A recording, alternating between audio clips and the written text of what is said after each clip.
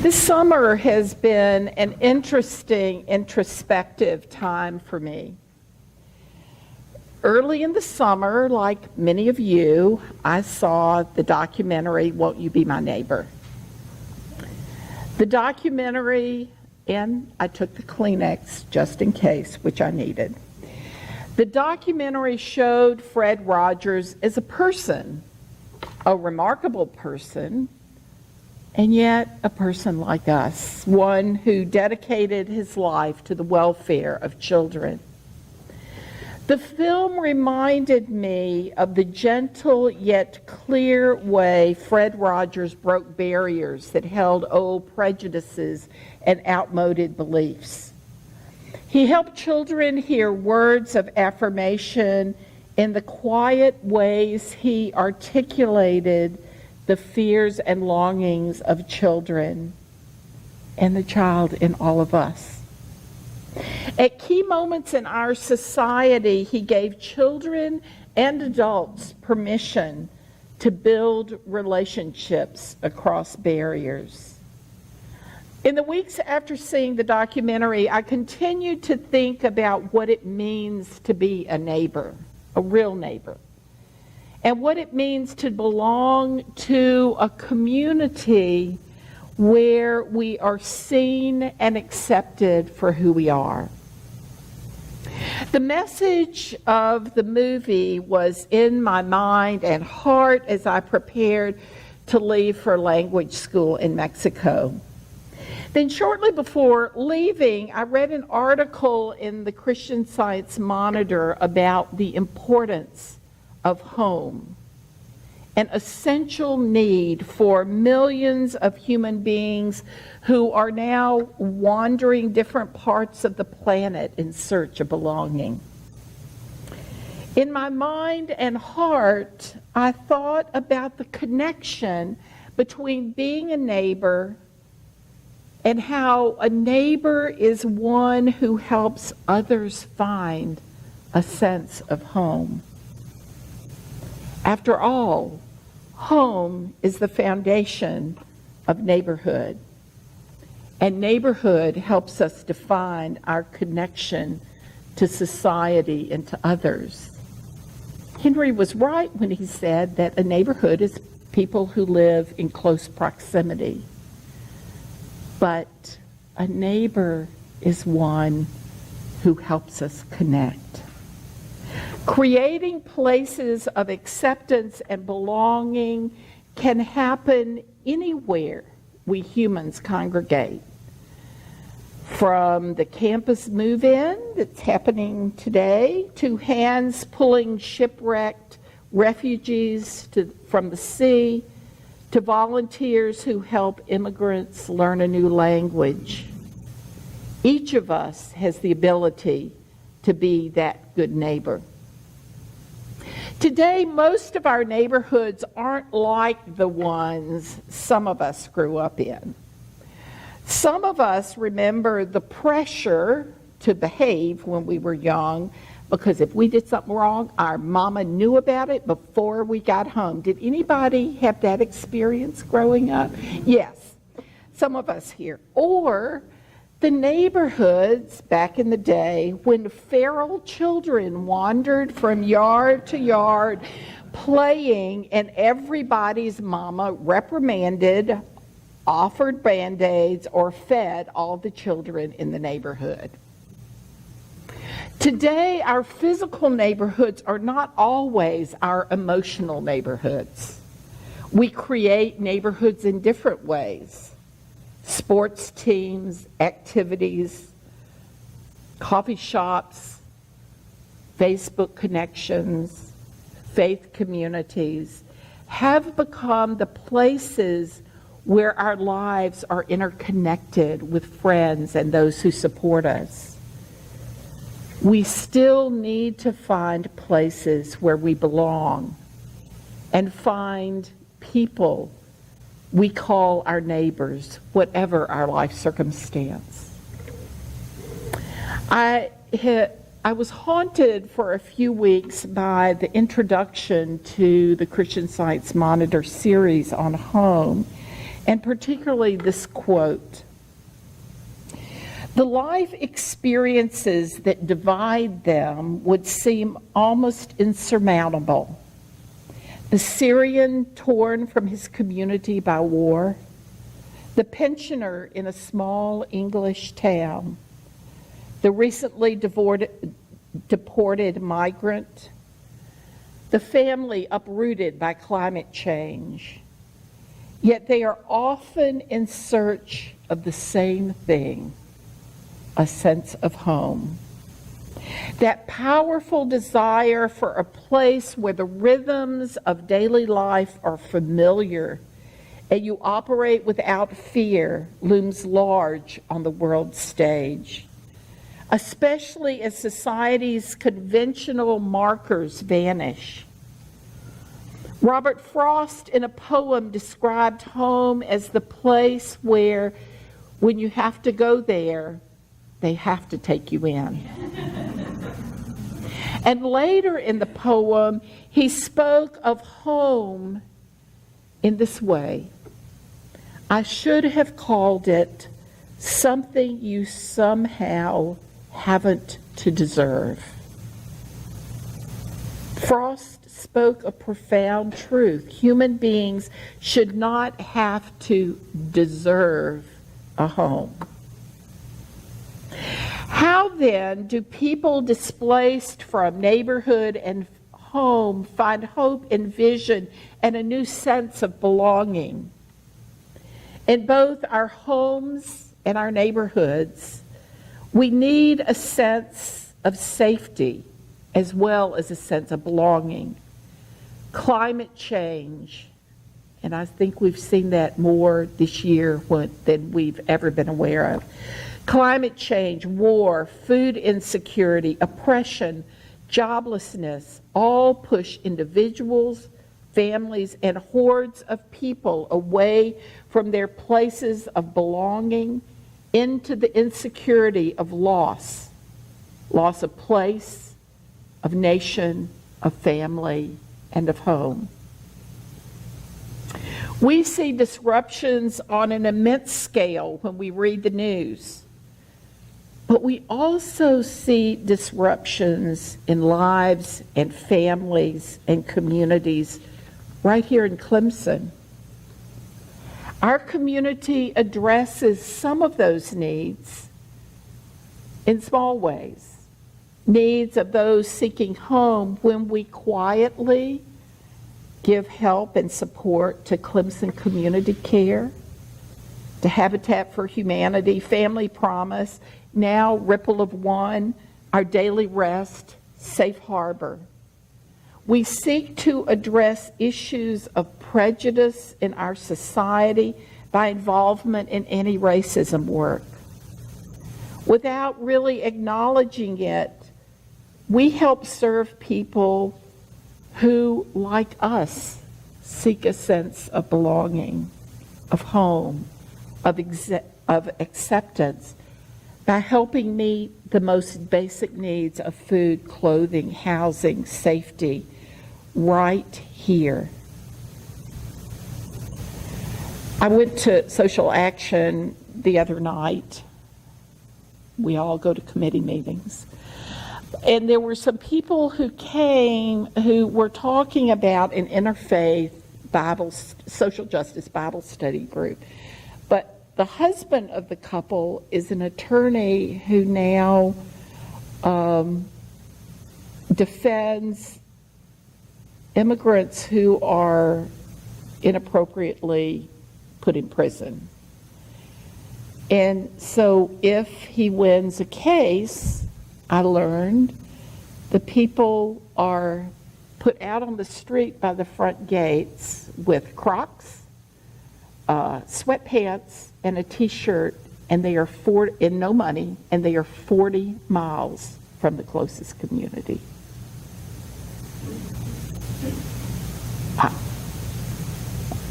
I don't even know what to say, other than I feel like I want to do something. We don't often meet the people we serve. Perhaps it would deepen our compassion if we held in our hearts the question, How do people find hope and vision when they must leave all they know and love behind? What profound needs have brought individuals and groups from one land to another, from one community to another, from their home to a shelter? The reality is that we are not so far removed ourselves from that searching and longing to belong. We are the beneficiaries of ancestors who made a choice to leave what they knew to come to a new land. Like refugees and immigrants today, they left harsh environments to seek a better place. They helped create the lives that we have the privilege of living. We now have homes and neighborhoods where we belong. Today, others deserve homes and neighborhoods where they can belong and feel safe. The juxtaposition of neighborhood and home set a framework for my journey back to language school. I was very aware that I'm privileged enough to have the resources to go into another culture without fear of displacement. It was an important learning for me to have some experiences of being a stranger in a society where I knew little of the language and even less of the customs. Like strangers in every land, I struggled some days to figure out how to get places and how to communicate. And I even had the luxury of Google Translate on my cell phone. I became exhausted from trying to remember another language. I wanted to belong, but I knew, even when I was confused, that I have the privilege of a permanent home to which I could return. And still, I was so grateful to those people who showed me the kindness of treating me like a neighbor when I tried to communicate with my meager Spanish, or made a complete fool of myself by saying the wrong words. It's difficult for many of us to put ourselves in a place where we truly understand the vulnerability of loss of home and neighborhood. Even those of us who moved to this area recently, like maybe yesterday or a few years ago, we all wanted to find a place where we could belong. We want a neighborhood, a community, maybe even a faith community where there are people who gather us in and let us know we're home. That human need is something every single person in the world deserves and is worthy of finding. Perhaps one of our callings today is to be those people who help others feel they belong. One of the things that was most important to me during my stay in Mexico was the graciousness of people when I tried to speak and simply didn't know what to say or the word fell out of my brain. Since my return, when I've shared those experiences of the kindness of strangers and not knowing enough Spanish, and people often say, well, I'm sure people were pleased that you were trying. That's very true. I was not staying in a tourist area, so my stay was different than a lot of people from all over the world who went to that area. People were incredibly patient and gracious. But then I stopped to wonder, are we in our community that gracious and patient when we encounter people who don't know English and who struggle with words and customs? I wish I could say yes, but sadly our media is filled with reports of immigrants and citizens who are tormented or harassed or injured by people who have little patience or tolerance for those who are learning as fast as they can. We expect people to be like us, whatever that means in different parts of the country.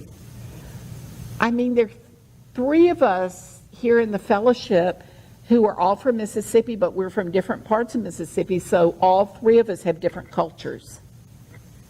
You know, what is the norm?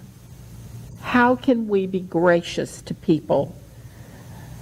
I experienced a kindness and neighborliness in Mexico that I hope we return to those who seek home and belonging among us. Do we freely offer to others the simple yet profound words, "Won't you be my neighbor?" With our words and our actions, we can be those who help build neighborhoods and communities. We can be those who build bridges across the divides of language, culture, and religious difference. This was not a new concept developed by Fred Rogers. If we look at the ethics of religions around the world, there are teachings about welcoming the stranger, about creating a welcome table for those who come seeking sustenance. Religious teachings remind us of the open invitation, "Won't you be my neighbor?" Sadly, we too often allow cultural and religious and political divides to dismiss human compassion and caring. As polarization and stress grow in our society, it's important for us to be the helpers our nation needs, so that together we might renew our sense of community and belonging. By working together, we can help build relationships and neighborhoods where people feel they belong and where they can support and care for one another. In other words, we just need to remember to be neighborly, to help those around us. This is an essential part of building our community and our nation. Or in Unitarian Universalist language, we are called to affirm the inherent worth and dignity of every person. We're called to embody that universal religious tenet, "Do unto others as you would have them do unto you." We're called to help create neighborhoods where people have a sense of trust and belonging. Fred Rogers reminded us of how being a good neighbor means to be part of and responsible for the welfare of others.